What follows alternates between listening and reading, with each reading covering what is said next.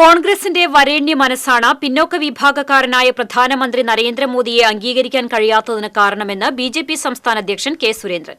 ഈ മനോഭാവമാണ് മോദി പങ്കെടുത്ത തൃശൂരിലെ വേദിയിൽ ചാണകവെള്ളം തെളിക്കാൻ യൂത്ത് കോൺഗ്രസ് പ്രവർത്തകരെ പ്രേരിപ്പിച്ചതെന്നും സുരേന്ദ്രൻ പറഞ്ഞു. തൃശൂരിൽ മാധ്യമപ്രവർത്തകരോട് സംസാരിക്കുകയായിരുന്നു അദ്ദേഹം. ഗോത്രവിഭാഗക്കാരിയായ രാഷ്ട്രപതിയെയും പിന്നോക്ക വിഭാഗത്തിൽപ്പെട്ട ഉപരാഷ്ട്രപതിയെയും കോൺഗ്രസ് തുടർച്ചയായി അധിക്ഷേപിക്കുന്നതിനും കാരണം വരേണ്യ മനോഭാവമാണ്. നരേന്ദ്രമോദിജിയെ പ്രധാനമന്ത്രിയായി അംഗീകരിക്കാൻ കോൺഗ്രസ് നേതാക്കന്മാരുടെ വരണ്യ മനസ്സ് ഒരിക്കലും തയ്യാറായിട്ടില്ല.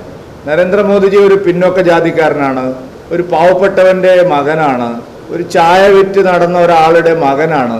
അങ്ങനെയുള്ള ഒരാൾ പ്രധാനമന്ത്രിയായി എന്നുള്ളത് അംഗീകരിക്കാൻ കോൺഗ്രസിന്റെ വരണ്യ നേതൃത്വത്തിന് ഇന്ത്യയിൽ ഇതുവരെ കഴിഞ്ഞിട്ടില്ല.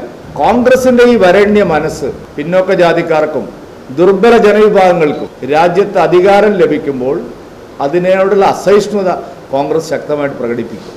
മോദി പങ്കെടുത്ത മഹിളാ സമ്മേളനം വൻ വിജയമായതിലെ അങ്കലാപ്പിലാണ് കേരളത്തിലെ കോൺഗ്രസും CPM-ഉം. മോദിയുടെ ഗ്യാരണ്ടി വോട്ട് ബാങ്ക് രാഷ്ട്രീയമോ അവസരവാദമോ അല്ല, വികസനത്തിന്റെ രാഷ്ട്രീയമാണ്. മോദിയുടെ ഗ്യാരണ്ടി തെരഞ്ഞെടുപ്പിന് വേണ്ടി മാത്രമുള്ള കോൺഗ്രസിന്റെയും CPM-ന്റെയും അവസരവാദ രാഷ്ട്രീയമല്ല. മോദിയുടെ ഗ്യാരണ്ടി വികസനത്തിനുള്ളതാണ്. മോദിയുടെ ഗ്യാരണ്ടി വ്യാജ ഫ്രീബീസിന്റെ സൗജന്യ വാഗ്ദാനങ്ങളല്ല. മോദിയുടെ ഗ്യാരണ്ടി രാജ്യത്തിലെ ജനങ്ങൾക്ക് വേണ്ടി ചെയ്ത കാര്യങ്ങളാണ്, ഇനി ചെയ്യാനിരിക്കുന്ന കാര്യങ്ങൾ. മോദിയുടെ പരിപാടിയിലേക്ക് എത്തിയ വനിതകളെയും മാധ്യമപ്രവർത്തകരെയും സമ്മേളന വേദിയിലേക്ക് കടത്തിവിടാത്തത് കേരള പോലീസാണ്. എല്ലാ മാധ്യമപ്രവർത്തകരെയും അകത്ത് പ്രവേശിപ്പിക്കാതിരിക്കാൻ വലിയ ഗൂഢാലോചന നടന്നു. SPG അതിന് തടസ്സം നിന്നിട്ടില്ല. പക്ഷെ പോലീസ് അതിന് ഒരു നടപടിയും എടുത്തില്ല. PRDയും പോലീസും. മഹിളാ സമ്മേളനത്തിന് വന്ന നിരവധി വാഹനങ്ങൾ പോലീസ് തടഞ്ഞിട്ടു. പരമാവധി ആളുകൾ പങ്കെടുക്കാതിരിക്കാനുള്ള വഴിയാണ് പോലീസ് ആലോചിച്ചത്. പോലീസിൽ PFI ചാരന്മാരുണ്ടെന്ന പാർട്ടി ജില്ലാ അധ്യക്ഷൻ അനീഷ് കുമാറിന്റെ പരാമർശത്തെ പിന്തുണച്ച സുരേന്ദ്രൻ തൃശൂർ MP പ്രതാപനെതിരെയും ആരോപണങ്ങൾ ഉന്നയിച്ചു. കോൺഗ്രസിന്റെ കൂടെയുള്ള അതിന്റെ ഫോഴ്സ് തന്നെ PFI ആണല്ലോ.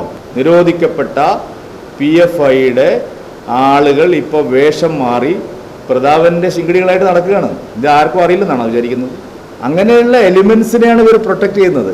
ജനുവരി 27 മുതൽ മോദി ഗ്യാരണ്ടി പുതിയ കേരളത്തിനായി എന്ന മുദ്രാവാക്യമുയർത്തി BJP കേരള പദയാത്ര നടത്തും. കൂടാതെ ക്രിസ്മസിനോടനുബന്ധിച്ച് ആരംഭിച്ച സ്നേഹയാത്ര തുടർന്നു പോകുമെന്നും സുരേന്ദ്രൻ അറിയിച്ചു. BJP ജില്ലാ കമ്മിറ്റി ഓഫീസിൽ നടന്ന വാർത്താ സമ്മേളനത്തിൽ പാർട്ടി സംസ്ഥാന ജനറൽ സെക്രട്ടറി A. നാഗേഷ്, ജില്ലാ president advocate KK Aneesh Kumar, Yuva Morcha സംസ്ഥാന പ്രസിഡന്റ് പ്രബുൽ കൃഷ്ണ എന്നിവർ പങ്കെടുത്തു. TCV തൃശൂർ.